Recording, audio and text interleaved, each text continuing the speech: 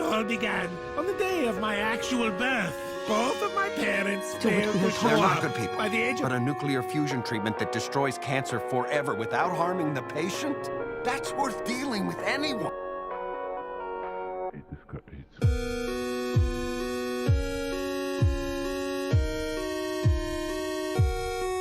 Get out!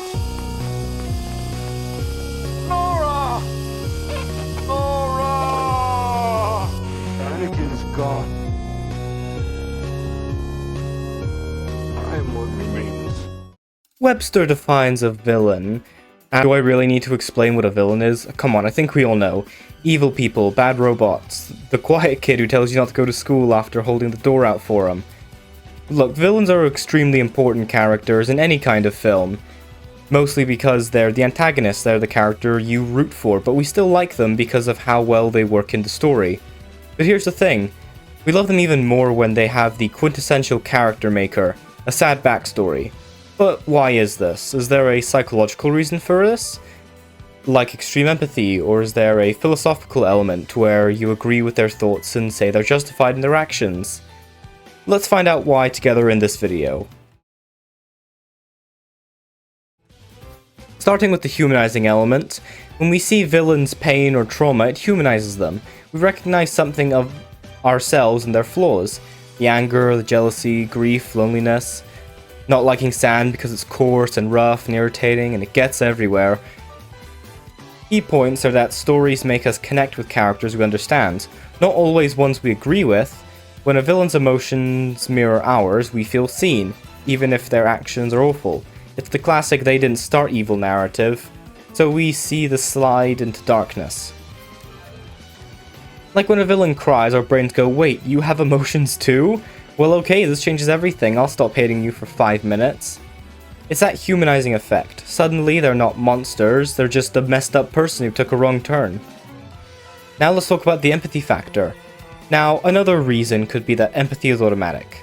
The mirror neurons in our brain activate when we see someone in pain, even if they're fictional or evil. It's important to know that our brains simulate others' emotions through mirror neurons, meaning we feel what they feel.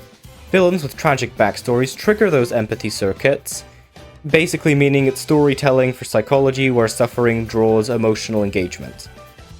An example of this would be your brain doesn't go, wait, this guy killed my favorite character, but it instead goes, ooh, yikes, that sucks, man, so sorry.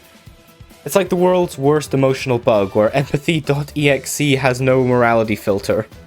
Finally, we get to the justification bias. Now, we all love redemption stories, right? Don't answer that. When we learn why someone became bad, it gives us hope that they can change, or that evil isn't random. Basically, justification bias means that we're subconsciously trying to explain the negative actions in an understandable way. It helps us believe the world is fair. If people go bad for reasons, it means we can all avoid becoming them. And sad backstories give moral comfort that it's not pure evil, just tragedy. For example, we like to think villains aren't evil by choice, because if they were, that means anyone could be. And, well, it does prove that just one bad day could reduce the sanest man alive to lunacy. You either die a hero or live long enough to see yourself become a villain. Why am I quoting The Dark Knight again? Oh right, yeah, sorry, villain backstories. Now, of course, there are plenty of examples of different types of villains and their tragic backstories, so I've split them up into a few categories. Let's go over these. Our first category to these are the classic tragic villains. We see these villains start as victims or idealists before becoming corrupted. They're mirrors of what happens when pain wins. Like, these are the villains that make you go, yeah, they're evil, but also they kind of have a point. It's like watching someone fail the morality quiz with a 90% sympathy credit. Some examples of these would include Darth Vader from Star Wars, Killmonger from the MCU, and in recent memory, and because I want to glaze it, Akaza from Demon Slayer. Our next category is the relatable villain. They're driven by grief, loss, or loneliness. Things everyone feels, just dialed up to 100 trillion. Their tragedies are small-scale emotional pain that grows into a world-ending chaos. These are the villains that make you cry and question your life choices. You start watching thinking, what a monster, and then end up thinking, wait, am I the problem? You know, the classic examples, Wanda, Two-Face, Jinx from Arcane, make you really think what happens if they would just have someone to talk to, you know? Now we hit the overdone tragic villain. Now, not every villain backstory lands. Sometimes it feels forced or lazy. Audiences spot the manufactured sadness, then don't really connect. Like, do you really expect me to care about this one person's little cry once in their life? No, obviously. And that's why it doesn't land. Some villain backstories just throw in trauma like seasoning. He stubbed his toe once, now he hates humanity. Like, okay, calm down, edgy McBackstory. While not a perfect example of this still works for me. The second dimension Doofenshmirtz. His whole thing is that he lost a toy. That's it. A toy train. Literally, and I know it's a joke of the character, I know that's his whole thing, but if the guy was played completely straight, then you know this guy would be such a poor excuse for a villain. Finally, we hit the redeemable villain. These villains show that sadness can lead to growth or humor instead of destruction. They're proof that tragedy doesn't have to make you evil, it can also make you funny. Example would be not all sad villains go full murder mode, some just turn into comedy. You can either destroy the world or start a TikTok account, it's your choice really. But if you do start a TikTok account, I will not consider you redeemed. Classic examples of this be Megamind, Gru from Despicable Me, and Zuko from Avatar. Yeah, you know, you like his redeemed story? You love it? Please don't answer that again.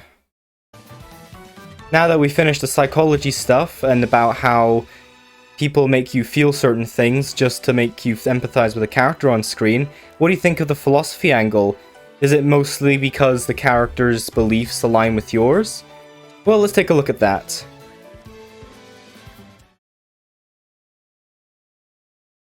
The moral complexity of all of this is that sad villain backstories remind us that morality isn't black and white. It's built from choices, pain, and perspective. Philosophy often asks, are people born evil or if they're just made that way? These stories suggest that evil can grow from the same emotions that make us human, like grief, anger, or fear. We find comfort in the idea that villains aren't pure evil because that means we might not be either. When we see a villain's pain, it blurs that clean line between good and evil. Suddenly, morality feels less like a rulebook and more like a messy group project, to say the least. Now let's talk about catharsis. Watching a villain suffer, and sometimes explore emotionally, gives us a safe outlet for our own feelings. Ancient Greek philosophy, catharsis, said that tragedy cleanses emotions by letting us experience them safely. Villain breakdowns or tragic endings let us process anger, loss, and injustice without consequences. We're not just rooting for evil, we're also releasing our own sadness through it. It's emotional recycling. We dump our sadness into the villain, cry a bit, and then leave like we feel like we just went through therapy. Now let's talk about the mirror effect. Villains act as mirrors of humanity sometimes, showing the same emotions we all feel, just taken into the extreme. Philosophers like Nietzsche and Jung said that we all have a shadow, a dark side we hide but recognize in others. Sad villains let us explore that safely. We can face our anger, our envy, or pain without becoming the villain. It's introspection disguised as entertainment, funnily enough. And if you think about it, villains are like funhouse mirrors. They show us what we'd look like if our worst day lasted forever, and somehow we still buy the popcorn. Now for the warm-up reflection, sad villains appeal to our empathy and curiosity, not because we agree with them, but because we understand them. These stories remind us that pain doesn't always justify evil, but it explains it. They challenge us to see complexity in others and maybe in ourselves. We don't love villains because they're right, we love them because, for a moment, we understand why they're wrong. So yeah, next time a villain gets a sad flashback, don't feel guilty for crying, it's literally human nature. Also, maybe don't blow up a planet to prove the point. Balance, people, just remember balance.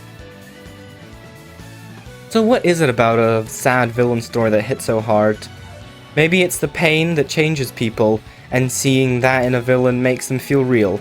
It's like our brains go, yeah, I wouldn't burn down a city, but I get it. Psychologically, it's empathy doing its thing. We don't have to agree with someone to understand them, and stories that humanize villains tap right into that. It's messy, but kind of beautiful in a way. Philosophically though, it raises a question. If every villain has a tragic past, where do we draw the line between sympathy and accountability? Maybe that's the real test. Not whether we can feel for them, but whether we can still hold them responsible. In the end, we love tragic villains because they remind us that people are complicated. Good and evil aren't clean lines, they overlap sometimes. And maybe that's comforting because it means there's still hope for redemption, even in the darkest characters. But yeah, maybe we love villains because they let us feel for the worst parts of humanity without actually joining the dark side. But be kind to the local villain. Check your tragic backstory before blaming society. And yeah. Anyway, so that's the end of the video. Watch the Clone Wars, please. We're too big to fit in there. No, we're not.